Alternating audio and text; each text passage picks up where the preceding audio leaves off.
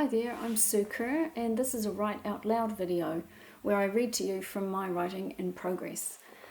This video is for my sister Julie. She requested that this week I read something a little more calm than last week. Last week we had a mysterious character who is slightly demented out in the garden.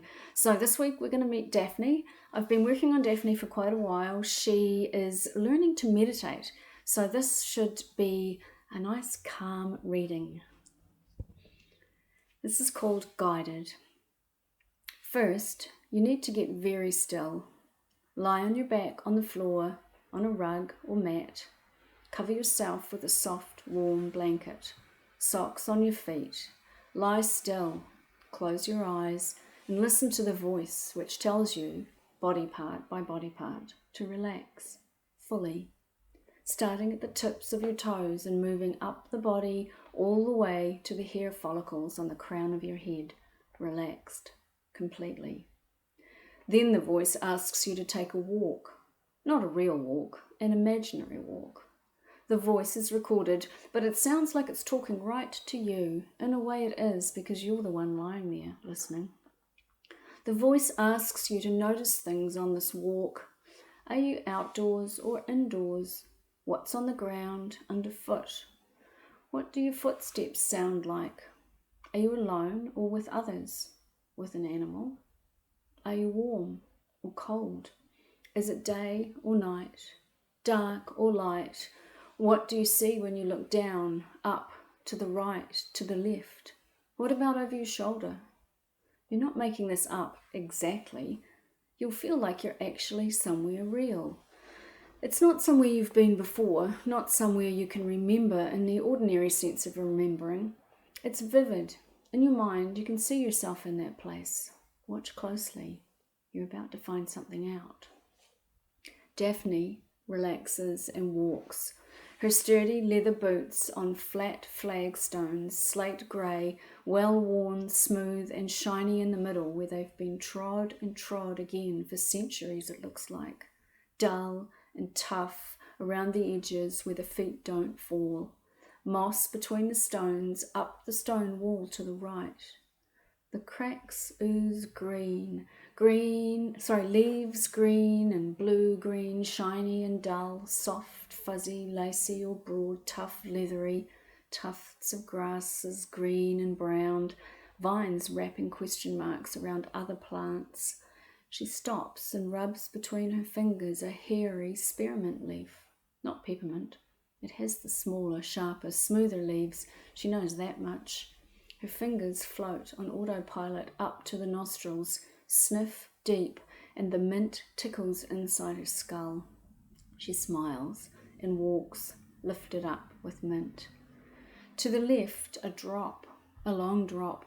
She looks down onto the top of puffy shrubs, down into the canopy of trees, old, gnarly trees, a path on a hillside going up, but not steep at all. Green, not just the colour. Green is a wet smell, sweaty, grassy. Green is the shudder of leaves blown sideways. Green is cool on the skin. Verdant is a much better word, she says out loud to nobody, for there's nobody else there. The stone stairs begin just after the path veers right around a crag, steely blue shot with silver where water drips. She stops, looks into the wet sparks of sunlight, leans in and licks the rock, kisses in the cool, wet, blue, grey, silver crag. She takes the stairs one at a time, even though they are shallow, treasures each step. The pendant around her neck marks each step with a tap on her breastbone. She reaches up. The amethyst fills her hand and cools it.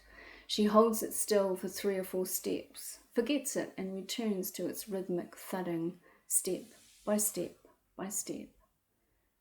You're getting near the end of the path now. What do you see? The voice is calm.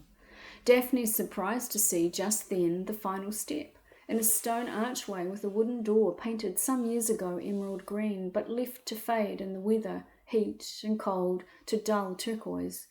It's a half door, closed from the waist down. The top half opens inwards. This is your destination. The voice slows. Go towards it. Take it in. Daphne walks right up to the half door, leans over and looks straight into a walled garden, vast and floral, blazing red, blue, green, orange, yellow, wind blowing flower heads, seed heads, grasses, side to side, up and down, warm, sunny, buzzing.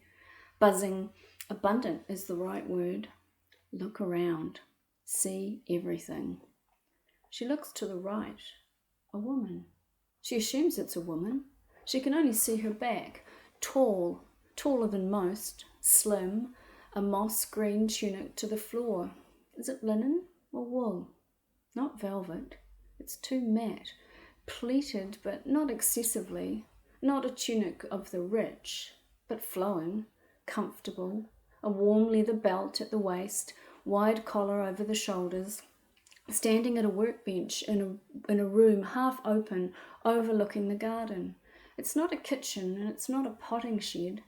The woman looks down at the wooden workbench, her hands sorting green, leaves, stems, buds, plucking, pulling, putting in piles, stopping every now and then to look up and out over the garden. Still, tall, graceful. Hanging from hooks on the walls and ceilings,